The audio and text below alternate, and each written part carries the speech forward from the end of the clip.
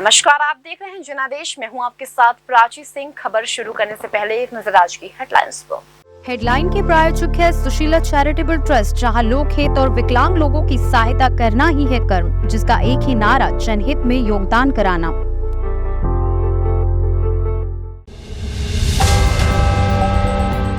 भारतीय जवानों के इस कदम से दुनिया में बढ़ा भारत का कद, सेना प्रमुख मनोज पांडे ने कही ये बड़ी बात।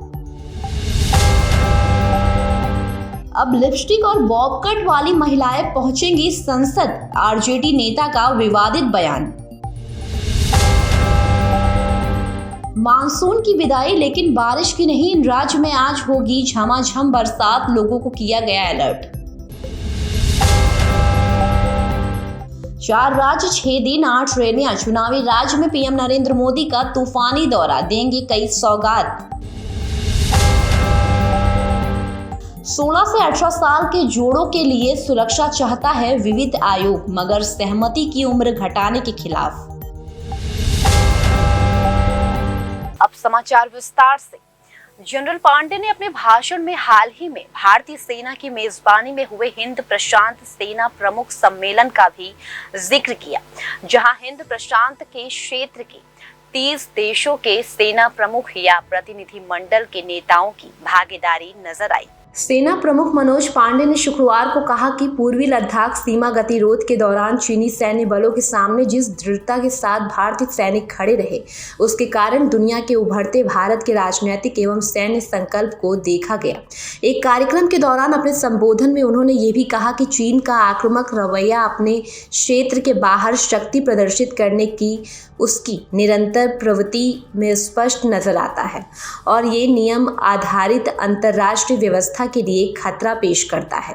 जनरल पांडे ने अपने भाषण में हाल ही में भारतीय सेना को मेजबानी में हुए हिंद प्रशांत सेना प्रमुख सम्मेलन का भी जिक्र किया, जहां हिंद प्रशांत क्षेत्र के 30 देशों के सेना प्रमुखों या प्रतिनिधि मंडल के नेताओं की भागीदारी नजर आई।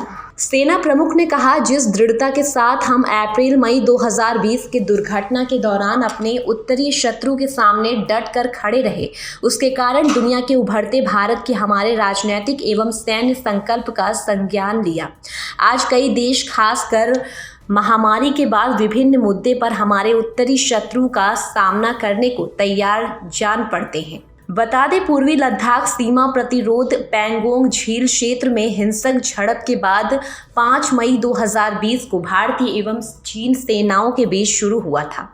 भारत आज भविष्य के प्रति आशावाद को दर्शाता है। सेना प्रमुख ने कहा, उपभोक्ता समृद्धि में सुधार हुआ है, जीवन स्तर बेहतर हुआ है, साक्षरता दर बढ़ी है और हमारे लोगों की आकांक्षाएं बढ़ी हैं। उन्होंने कहा, हम ये भी देख रहे हैं कि अंतर्राष्ट्रीय जगत में हमारे देश का कद बढ़ रहा है और विश्व समुदाय भारत को कैसे देखता है, इसका एक नया नजरिया भी देखने को मिला है। जनरल पांडे ने कहा कि जैसे किसी राष्ट्र का प्रभाव बढ़ता है, नई चुनौतियां सामने आती हैं। आरजेडी नेता अब्दुल बारी सिद्दीकी ने महिला को लेकर आपत्तिजनक बयान दिया है। अब्दुल बारी सिद्दीकी ने महिला आरक्षण पर बात करते हुए एक विवादित बयान दिया है। महिला आरक्षण बिल को राष्ट्रपति द्रौपदी मुर्मू की मंजूरी तो मिल गई है, लेकिन अभी इस मुद्दे पर आपत्तिजनक बयानों का दौर जारी है। आरजेडी नेता अब्दुल बारी सिद्दीकी ने महिला आरक्षण को लेकर अजीबोगरीब बयान दिया है। महिला आरक्षण को लेकर अब तक राजनीतिक पार्टियों ने अपने अपने तर्क और बयान तो दे ही दिए थे, लेकिन आरजेडी नेता अब्दुल बारी सिद्दीकी का महिला पर दिया गया बयान सबसे परे है। उन्होंने महिला आरक्षण में पिछड़े और अति पिछड़े को आरक्षण देने की वकालत तो की, लेकिन इसके लिए उन्होंने जो कारण दिए वो बेहद आपत्तिजनक थे। आरजेडी नेता अब्दुल बारी सिद्दीकी ने कहा कि महिला आरक्षण के नाम पर लिपस्टिक और बॉब कट वाली आ जाएंगी। यदि देना है तो पिछड़ा और अत्यंत पिछड़ा महिलाओं को आरक्षण दे, अत्यंत पिछड़ा का भी कोटा तय कर दिया जाए, तब तो ठीक है, वरना महिलाओं के नाम पर बॉब कट और लिपस्टिक वाली नौकरी में आ जाएंगी, तब आपकी महिलाओं को कुछ मिलेगा क्या? गौरतलब है कि इस दौरान आरजेडी नेता अब्दुल बारी सिद्दीकी ने इस दौरान अपने कार्यकर्ताओं की कसम भी खिलाई कि वो टीवी और सोशल मीडिया से भी दूर रहे। अब्दुल ने कहा कि अपना दिमाग लगाइए, बिना टीवी और सोशल मीडिया न्यूज़ देखिएगा और उसके चक्कर में पड़िएगा नहीं। ना तो आपकी प्रतिष्ठा बढ़ेगी और ना ही राजपाट बढ़ेगा।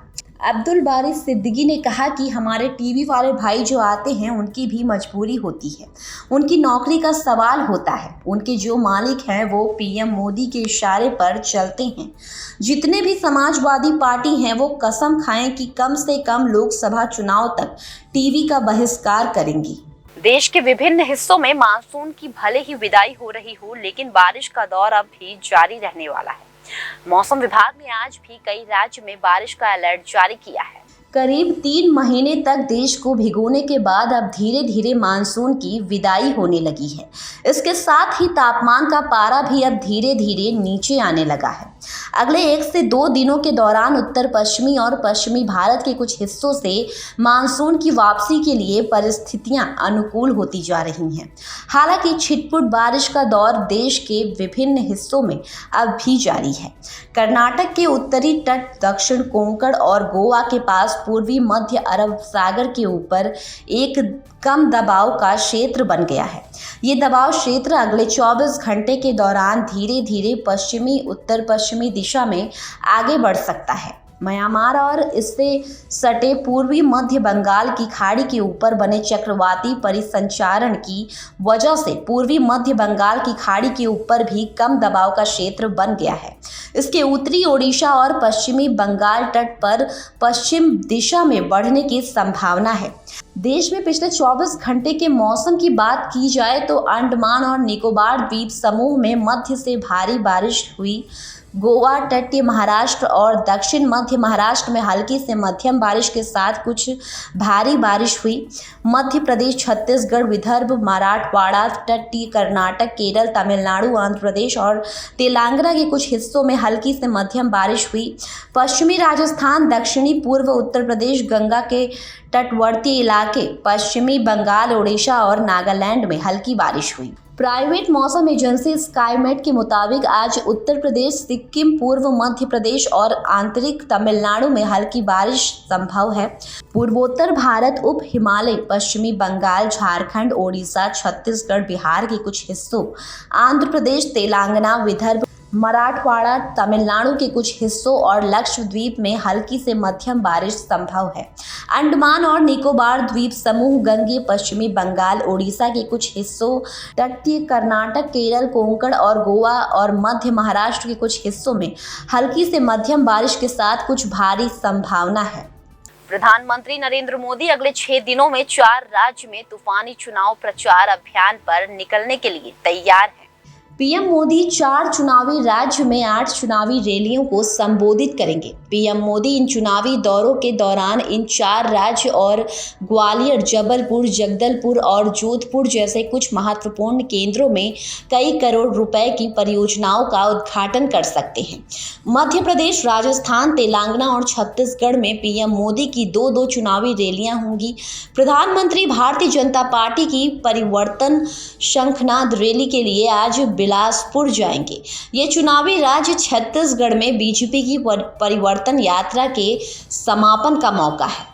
पीएम मोदी 1 अक्टूबर को 13,500 करोड़ रुपए से अधिक की कई विकास परियोजनाओं की नींव रखने को और जनता को समर्पित करने के लिए तेलंगाना के महबूब नगर में होंगे। महबूब नगर एक महत्वपूर्ण क्षेत्र है क्योंकि तेलंगाना के सीएम के चंद्रशेखर यानी कि केसीआर एक बार फिर सीट से सांसद चुने गए थे। एक रिपोर्ट के मुताबिक पीएम मोदी 2 अक्टूबर को 2 सार्वजनिक रैलियां करेंगे। उस दिन वह राजस्थान के चित्तौड़गढ़ और मध्य प्रदेश के ग्वालियर में होंगे। ग्वालियर भाजपा नेता और केंद्रीय मंत्रियों ज्योतिरादित्य सिंधिया और नरेंद्र मोदी तोमर का गढ़ है। मध्य प्रदेश में 2018 के विधानसभा चुनाव में बीजेपी ने ग्वालियर, चंबल क्षेत्र में अच्छा प्रदर्शन नहीं किया था। 3 अक्टूबर को छत्तीसगढ़ के जगदलपुर और तेलंगाना के निजामाबाद में सार्वजनिक रैलियों के लिए फिर से पहुंचेंगे। जगदलपुर बस्तर जिले में स्थित है। जो कभी नक्सली गतिविधियों का गढ़ था। वहीं केसीआर की बेटी कविता 2019 में भाजपा के जीतने से पहले 2014 में निजामाबाद संसदीय सीट का प्रतिनिधित्व करने वाली सांसद थी। पीएम मोदी 5 अक्टूबर को राजस्थान के जोधपुर में होंगे, जो मुख्यमंत्री अशोक गहलोत का गढ़ है।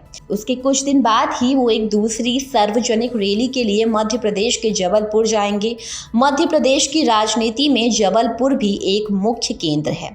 पीएम मोदी ने ये भी कार्यक्रम भारत निर्वाचन आयोग की जल्द ही 5 राज्य में विधानसभा चुनाव की संभावित घोषणा से पहले आए हैं।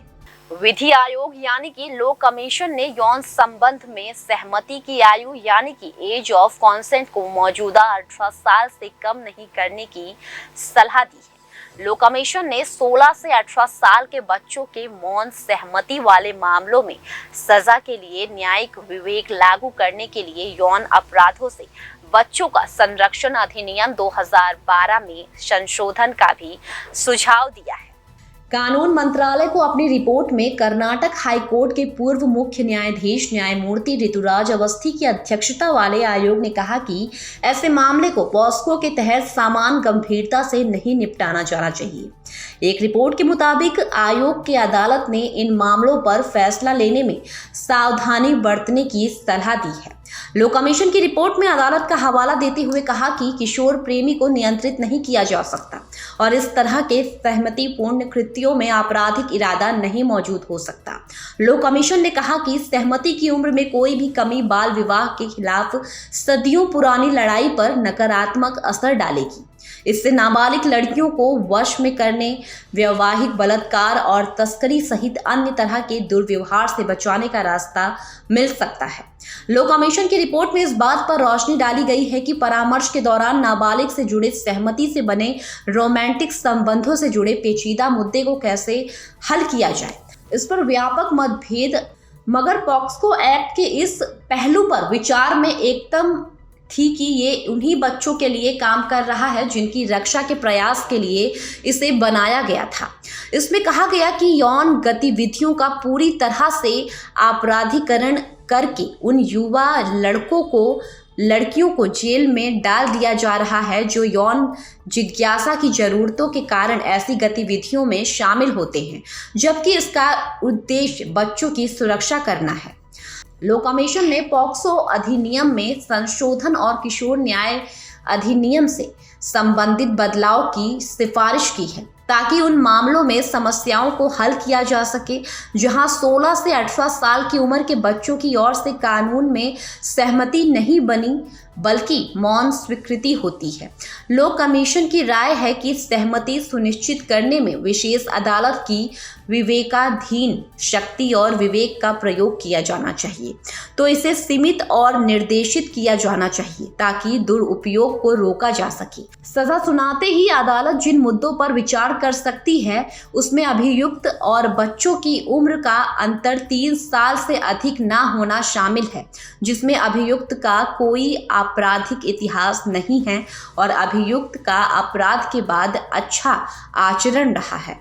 फिलहाल खबरों में सिर्फ इतना ही। आगे खबरों में बने रहने के लिए देखते रहिए जनादेश।